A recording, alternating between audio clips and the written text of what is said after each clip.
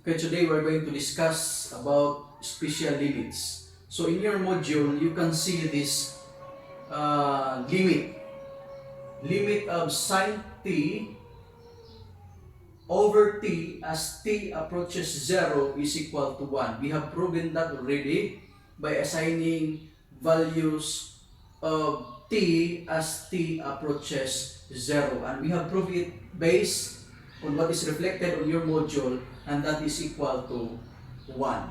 Now let us try to solve this limit. The limit of 1 minus cosine t as t over t as t approaches 0. Again, if we are going to substitute 0 in every t, that will be 1 minus cosine 0 over 0. Cosine 0 is 1. 1 minus 1 is 0 over 0. And that is indeterminate. If 0 over 0, therefore, the function is factorable. So let us proceed by solving its limit. Now, as you can see, 1 minus cosine t is a binomial, and if in this case, we are going to multiply the numerator and the denominator by the conjugate of 1 minus cosine t. So the conjugate of 1 minus cosine t is 1 plus cosine t over the denominator also 1 plus cosine t. Now, that will be limit of course, t times 1 plus cosine t, that will be t times 1 plus cosine t. This is not plus, this is t. How about the numerator? If you can recall, in numerator, this is the product of binomial. 1 is negative and 1 is positive. 1 times 1, diba? A minus b times a plus b, that is equal to a squared minus b squared. So that will be 1 minus cosine times cosine, that will be cosine squared t. As t approaches 0. Now, can you recall an identity? 1 minus cosine squared t.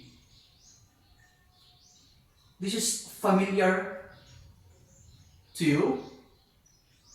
Maybe 1 minus cosine squared t.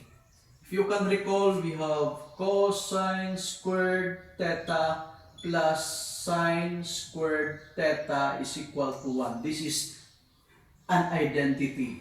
Now, 1 minus cosine squared theta is equal to, if we are going to transpose cosine to the other side, that will be equal to sine.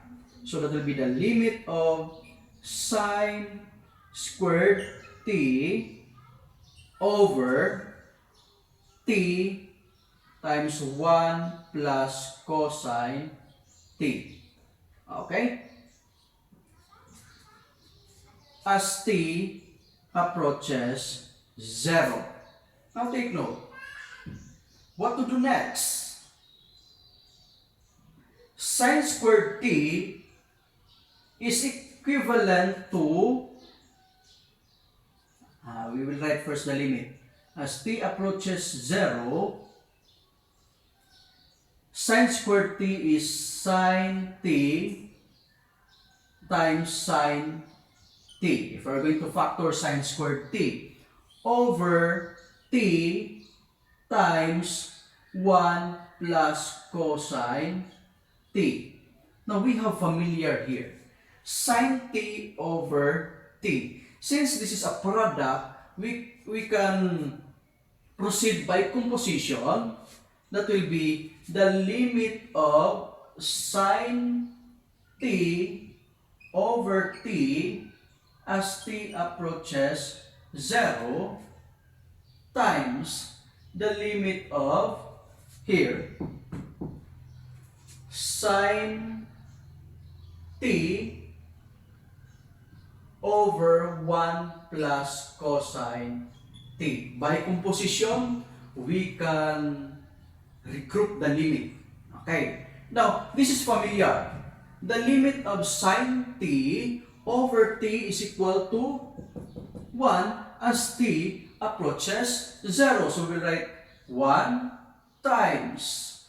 Substitute t as t approaches 0. Sine of 0 is 0. Okay? Sine of 0 is 0 over cosine of 0 is 1. So 1 plus 1.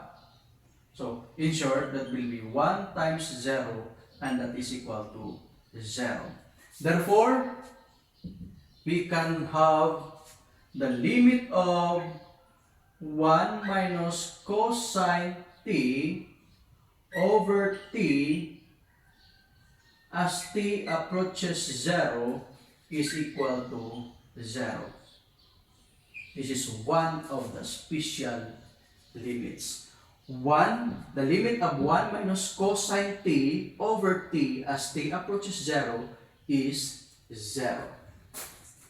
Now here, in our second example, the limit of tangent t over t as t approaches 0.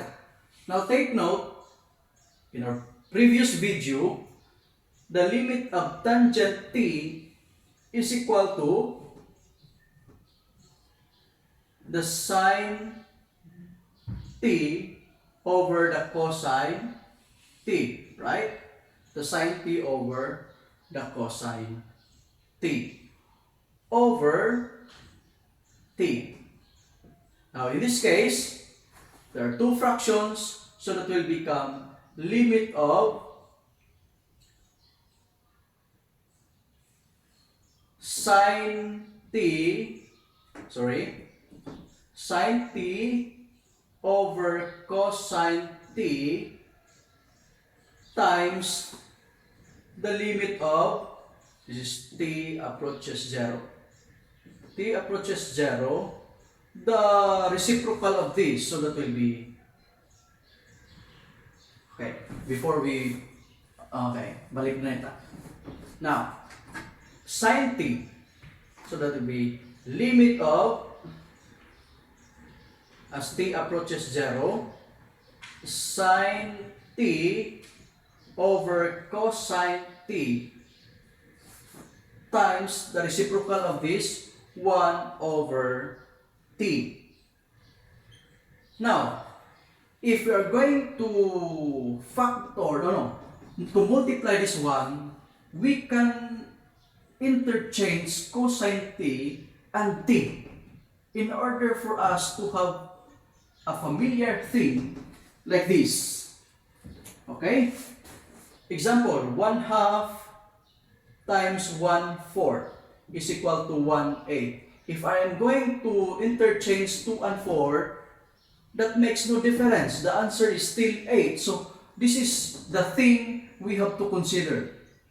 So, in short, we can rewrite that one as limit of sine t over t, interchange, times, as t approaches 0, times the limit of 1 over cosine t as t approaches 0.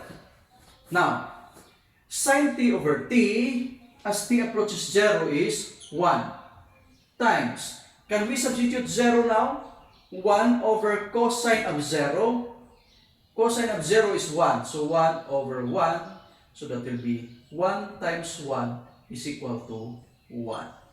Therefore, the limit of tangent t over t as t approaches 0 is 1. This is the third special limit. Number 1, the limit of sine t over t as t approaches 0 is 1. the limit of 1 minus cosine t over t as t approaches 0 is 0. The limit of tangent t over t as t approaches 0 is 1. That's it.